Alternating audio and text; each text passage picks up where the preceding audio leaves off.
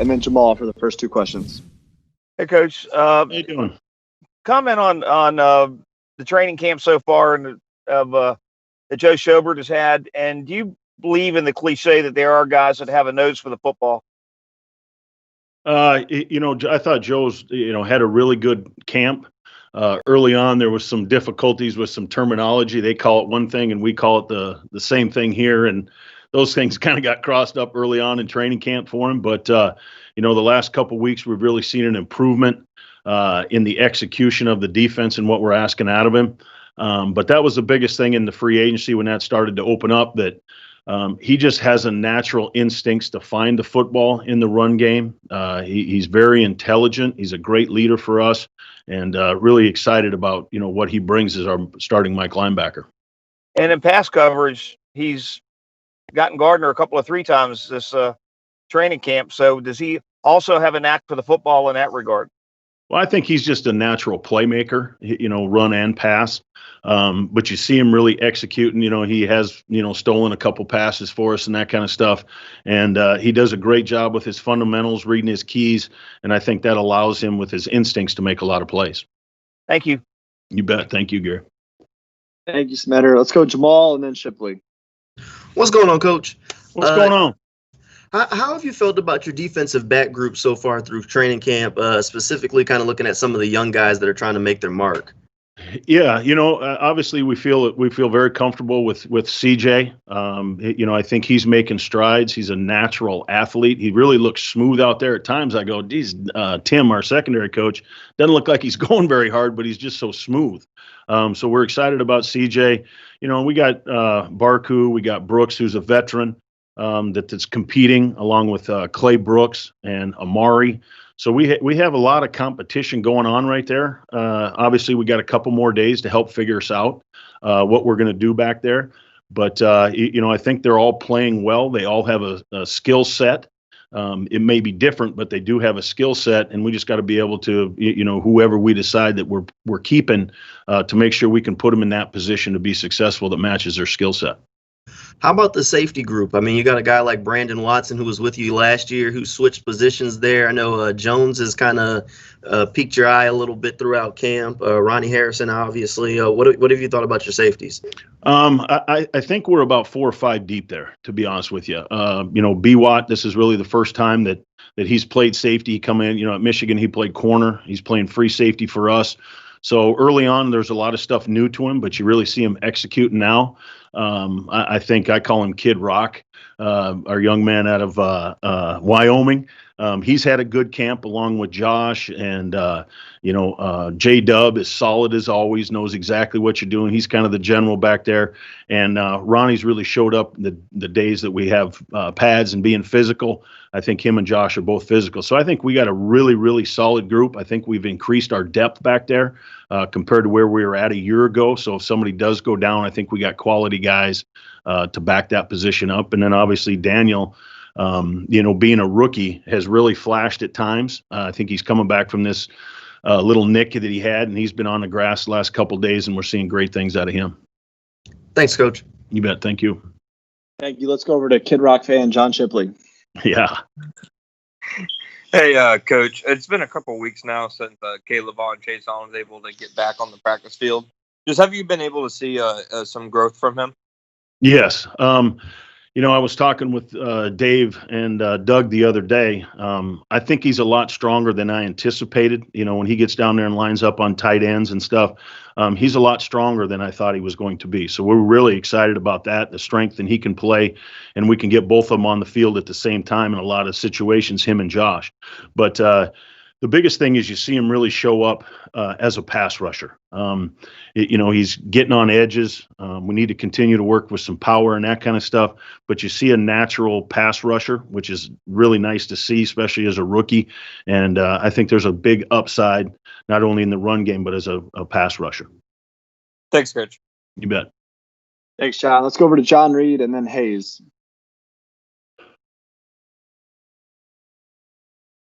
Go ahead, Jay. How you doing, Coach? I wanted to ask you, obviously, have you really been got adjusted to all the COVID all the protocols, and going into the regular season, do you think that from all the things that you've had to adjust to, that it'd be a pretty much simple, smooth transition with all the things you have to go through during the season relating to COVID? Yeah, I think, everything but the travel should not be new to us. I think they've had meetings and that kind of stuff about travel, but I think the game day stuff, the stuff around our facilities, there's been a lot of thought and process from the league and obviously doctors and everybody else. I think there'll be a smooth transition. Our players know the importance of social distancing and masks and stuff, not only in the building, but outside the building. But the only thing I think is going to be new is when we travel. That's going to be a little bit different for us. And I know we've done a lot of things. They've investigated a lot of things that, if it wasn't going to be safe, I don't think we would do it. And, we all are on board. It's going to take all of us to make sure we stay safe, our players and our coaches, so we can play this season. Yep. And one more question, just some stadiums going to have fans and some stadiums will. And that game you played week 2, not going to have any fans. Does that make any difference to you? What's just your reaction that you will be going to some places that you will not be fans at? I think they're going to be able to hear me get mad, So, but it's going to take an adjustment. I think you got to have some mental toughness and some emotional toughness. Because the fans aren't going to be there. I think a lot of players, they thrive off that at home or on the road. They're going to have to find a way to punch their own buttons, and that's the stuff that Doug's been talking to the team about, that it ain't really about the fans and that kind of stuff. It's about us playing for the guy next to you and get yourself ready to go, because it's going to be a unique year. Thank you. You bet. Thanks, John. Thank you, John. Let's go over to Hayes and then Demetrius. Hey, Todd, what kind of emotions did you go through with Yannick getting traded? Obviously I was excited for the player. It's something that Jan wanted. I'm excited for the club that, there was a deal made where obviously we feel comfortable with that. But, the biggest thing is, I think it worked out for both sides. Obviously I have a strong feelings for Jan and, having him for 3 or 4 years and that kind of stuff. But, I wish him nothing but the best. And, both the organization and Jan, we all have to move on. Did you feel like there were things that you were never really able to get to with Jan schematically? Because I know you'd mentioned there were things you were working on last year, but he held out the 11 days, and then obviously he was never around this year. What were some of the things that you were hoping to do, or what sort of the feelings that you have on not being able to maybe fully utilize him like you were hoping you'd be able to?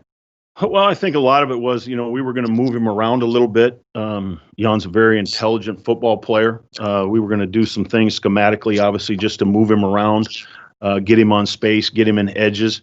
There wasn't really like you said, a situation where we could really get to that, But at the same time, we've kind of built some things. So if we have players that fit that role, we're able to, get them in that role that best fits their skill set. Great. Thank you. Yep. Thanks, Hayes. Let's go Demetrius, Jordan, then we'll finish with Gene. Hey, Coach. I hope you're doing well. You too. With Jan gone, do you feel as though you're sort of limited in how you would like to use Caleb? I know after the draft, you guys kind of suggested that he might play some Sam. He might then go into defensive end. But do you feel as though you need to more focus him on one position moving forward? Once again, not only his play strength, but he's a very intelligent young man. But I think we want to do what's best for our football team and obviously what's best for him to have success. We're going to play him at defensive end. He's going to be playing a lot for us, and we're very, very excited about that. And, like I said, the best thing is what's best for our team and what's best for him, for us to have the best success. And we feel right now that's going to be leaving him at defensive end. But he can also play in our sub package, the big end. So he's got a real nice skill set that we'll be able to get him and Josh on the grass a lot together. Do you feel as though the communication of your defense has had an uptick this year, maybe because of Joe being there or a couple more years in the defense? Do you feel as though the communication and a lack of confusion has been improved? I do. I think the back end is really took it and put it on their shoulders, especially those safeties, with the communication to the linebackers and know where we're at within everything. It was a big point of emphasis when we had breakdowns and stuff in the past. A lot of it was communication, and they know the wrath if they don't do it now. Let's just put it that way. And I think they've done a really nice job. Jared does a nice job. Even those younger safeties understand the importance of communicating where they're at on the field so everybody can adjust. I appreciate it. Thank you. Thanks, Demetrius. Let's do one question each from Jordan and Gene. We got to get Washer out to practice. Go ahead, Jordan. Hey, Coach. Last year, the weak side linebacker position was a bit of a revolving door with injuries and other things going on. Obviously, Miles Jack is moving out there this year. What have you seen from him out there so far, and what type of impact do you expect him to have for the defense at weak side? I'll be honest, it was probably a bigger adjustment for me. I walk in the huddle and I want to talk to him and not Joe, because I'm so used to talking to Miles as the mic. So it's probably more of an adjustment for me than it is Miles. But, he's more of a spatial player just because of his athleticism. That's the way Telvin was when he played at the will spot. So you really see him in space making a lot of plays. His athleticism, obviously coming back from that nick that he had last year. He's healthy. He's in great shape. And so we really see the athleticism and the playmaking ability out of him at that will position. All right. Thanks, Coach. Yeah, appreciate it. Let's finish up with Gene. Hey, Todd. Just curious if it's any less agonizing for the coaching staff this year with the increase in the practice squad spots. Does that make the cuts maybe a little bit less stressful for you guys? I think anytime that you're making personnel decisions, we obviously we've developed some personal relationships with all these young men and that kind of stuff. So they're tough either way. But I think with the addition of some more practice squad players and veterans and stuff that you can protect, I think it's very important that we understand that guys have to have dual responsibilities. So in case something does happen, you can say, hey, he can play two spots, and his value really goes up for us. But it is obviously very, very important that we pick the right guys for the development. And if they have to come up because of, some unseen issue, that we have the right guys so we can continue to move on as an organization and as a team. Thanks. All right. Thank you, Washer. We'll send out the injury report shortly, and we'll see everybody at practice. Thank you. All right. Thank you, fellas. Appreciate it.